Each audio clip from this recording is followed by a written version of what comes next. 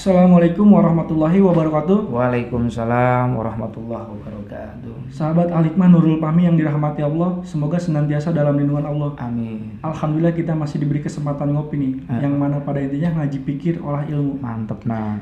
Assalamualaikum Ustadz. Waalaikumsalam. Gimana Ustadz kabarnya nih? Alhamdulillah baik nah. Alhamdulillah. Banak sendiri gimana kabar? Alhamdulillah sehat Ustadz. Alhamdulillah.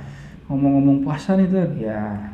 Alhamdulillah ya kita masih diberikan kesempatan merasakan bulan puasa di tahun ini. Alhamdulillah ya nah. Kayak gini Tad, saya mau nanya nih. Boleh. Pengertian puasa menurut agama itu seperti apa sih? Nah, puasa menurut agama. Iya. Secara bahasa atau secara lugah, puasa itu artinya imsak, Apa itu? menahan. Oh iya. Secara umum ya, secara Iya. bahasa. Jadi Barna ketika menahan rindu kepada kekasih itu pun puasa. Puasa.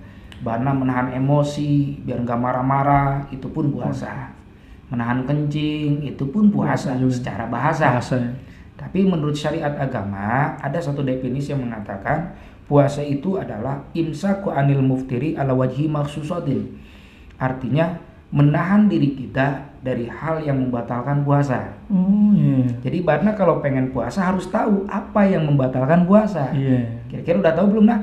Belum Tad. Insya Allah nanti kita bahas. Oke siap Tad. Jadi yang membatalkan puasa kalau dalam kitab Sapina, kalau nggak salah itu ada 7. Kalau dalam kitab Fathul Qorib ada 10. 10. Cuman kalau mau diambil simpel sebenarnya yang ngebatalin puasa dalam mazhab kita Imam Syafi'i itu ada 9. Gitu. Iya. Jadi intinya puasa menurut agama adalah menahan diri kita dari hal yang membatalkan puasa. Iya. Iya. Itu. Nah terus tujuan kita berpuasa itu apa Ustaz? Itu jawabannya ada di Quran. La'allakum tattaqun. Biar engkau menjadi orang yang bertakwa. Itu tujuan puasa. Iya. Iya. Takwa itu bukan orang botak di bawah-bawah. Takwa itu imtitsalu awamirillah wajtinabu nawahi. Menjalankan perintah Allah dan menjauhi larangannya. Iya. Bahkan dari adzan subuh sampai adzan maghrib menahan lapar, menahan haus semata-mata karena Allah. Iya. Barna dari pagi dari adzan subuh sampai adzan maghrib menahan lapar, menahan haus itu semata-mata karena menjalankan perintah Allah dan menjauhi larangan Allah. Itulah takwa. Barna ketika berpuasa berarti Barna bertakwa, menjalankan perintah Allah. Karena puasa ini perintah Allah.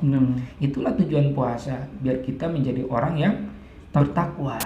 Ada contoh menarik dari hewan, kita ambil itibar pelajaran dari hewan. Jangankan kita yang berpuasa, hewan aja berpuasa. Maksudnya gimana Ustaz? Tahu ulat? Tahu Ustaz. Nah, ini ulat. Kita kadang-kadang di manusia menganggap ulat itu hewan yang menjijikan. Iya benar. Kadang-kadang dianggap hama juga buat tanaman, benar kan? Benar. Merusak. Tapi si ulat ini biar jadi makhluk yang indah, dia berpuasa nak.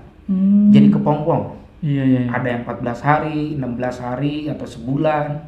Lalu tiba-tiba dia jadi apa tuh? Kupu-kupu. Indah nggak? Benar. Bermanfaat nggak buat tumbuhan? Benar.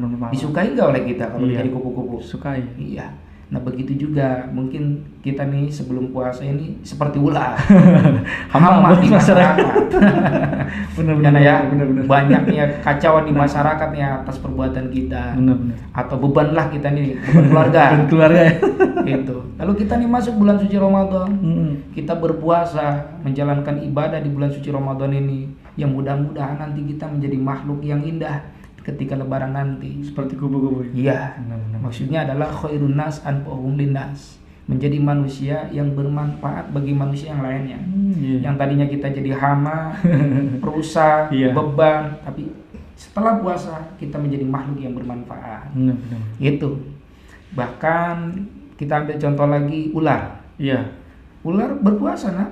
Seperti contohnya ular kobra. Iya. Dia kalau pengen punya racun atau bisa, dia itu berpuasa kalau udah makan. Nah kalau udah makan dia berpuasa dulu biar makanan yang dicerna itu jadi racun, jadi bisa. Oh iya. Ular saja berpuasa biar punya benteng, biar punya racun, biar punya bisa. Bahkan yang ular lain pun berpuasa kalau mau pengen ganti kulit. Iya. Supaya lebih indah ya Ustaz. Iya. Nah itu contohnya dari ular, bahkan ayam. Ayam pun berpuasa juga tadi tuh. sama. Ayam nggak bakalan bisa mengerami telur kalau perutnya nggak panas. Nanti ayam ini kalau udah makan, kalau lagi bertelur, udah makan dia tuh berpuasa. Biar panas perutnya, biar bisa ngerami telurnya, biar punya turunan. Iya, iya, iya. Hewan saja berpuasa untuk menggapai sesuatu. Nah, kita pun sama. Semata-mata biar kita nih jadi makhluk Allah yang bermanfaat dan juga menjadi hamba yang bertakwa. Itulah tujuan puasa. Nah, terus gimana nih, Tad? Supaya puasa kita itu semakin berkualitas? Nah, untuk menjawab pertanyaan itu, ada nasihat dari Imam Ghazali. Iya. Jadi, tingkatan orang berpuasa itu ada 3. Iya. Beliau mengatakan, i'lam anna soma salasu darajatin. Ketahuilah bahwa tingkatan orang berpuasa itu ada 3. Yang pertama, shaumul umum. Nah, shaumul umum itu apa maksudnya, Tad? Puasanya orang-orang awam. Iya. Puasa kebanyakan. Iya. Seperti apa nih puasa orang awam ini? Wa amma shaumul umum fahuwa kaful batni wal farji an qada'i syawati. Puasa orang awam itu dia hanya berpuasa perutnya menahan lapar dan haus dan kemaluannya dari kebutuhan syahwat. Udah puasa itu doang menurut dia. Tapi matanya masih ya, telinganya masih ya, lisannya masih ya, kaki dan tangannya masih ya. Jadi bagi orang awam nih dia ya udah, yang penting nahan lapar, nahan haus, udah itu doang, atau nggak bersetubuh. Menurut dia itu udah berpuasa. Menurut orang awam ini. Dan ini bahaya. Padahal kalau mau kita ambil pelajaran dari puasa ini, makan dan minum itu halal kan? Halal. Yang halal aja dilarang, di stop dulu, jangan dulu makan, apalagi maksiat. Iya. Nah, orang awam ini nggak sadar ke situ, dia sadarnya ya udah, yang penting nggak makan, nggak minum, tapi lisannya nggak gosip. Maka ini udah disindir oleh Nabi, kam min shaimin laisa lahu min syami lazu wal antos. Banyak sekali orang yang berpuasa tapi hanya mendapatkan lapar dan haus saja. Contohnya tadi, dia hanya menahan lapar, haus, dan hawa nafsunya saja. Udah itu doang, tapi masih maksiat kepada Allah. Ngeri juga gitu. Nah, maka biar puasa kita berkualitas, upgrade ke level yang paling tinggi. Harus naik level berarti ya. Iya, harus di-upgrade. Nah, level mana? Kata Imam Ghazali, level yang kedua yaitu adalah shaumul khusus. Shaumul khusus itu apa maksudnya? Puasa orang-orang khusus. Nah, seperti apa puasanya? Wa amma shaumul khusus fahuwa kaffu sam'i wal basari wal lisani wal yadi wal rijli wa sairil jawari anil athami. Puasa orang khusus atau puasa orang soleh ini, dia bukan sekedar berpuasa menahan lapar dan haus saja, bukan sekedar menahan kemaluan dari bersetubuh, tapi menjaga dari ujung rambut sampai ujung kaki dari perbuatan dosa kepada Allah.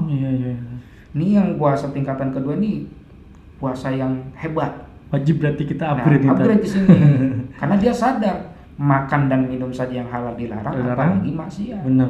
Maka dia ketika berpuasa benar-benar menjaga dari ujung rambut sampai ujung kaki dari perbuatan dosa.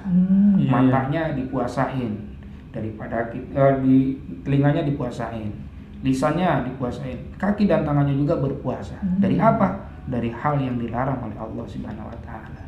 Nah, inilah level yang kedua. Nah, ini kita masuk ke level kedua aja udah aman. Benar. Udah mantep lah. Ada lagi level yang paling hebat lagi, yaitu level yang ketiga. Nah, level yang ketiga ini disebutnya shaumul khususil khusus. Maksudnya apa tuh, Dad? Puasa orang khusus, lebih khusus lagi. Ini bisa dikatakan puasanya para kekasih Allah, para waliullah, para nabi, para siddiqin. Seperti apa gambaran puasa mereka? Dikatakan wa amma shaumul khususil khusus, yaitu pasaumul qalb, puasa hati. Puasa hati tadi. Menahan hatinya dari memikirkan duniawi. Satu detik saja lupa kepada Allah, merasa batal. Kita mau berat gak? Berat gak kira-kira? Berat.